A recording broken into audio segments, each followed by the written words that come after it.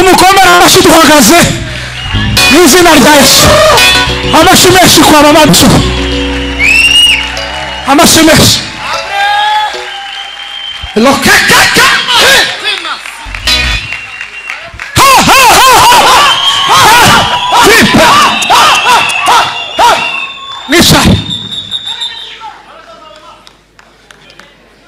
Bishop yatubwiye ngo nimba hari icyo Imana yakuvuzeho kizasohora.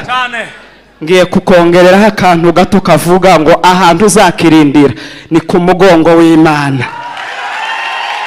Hanyuma Aimable curanga mbabwira ukuntu tugiye kurindira icyo Imana yavuze ku mugongo wayo. Ngacuranga ihute.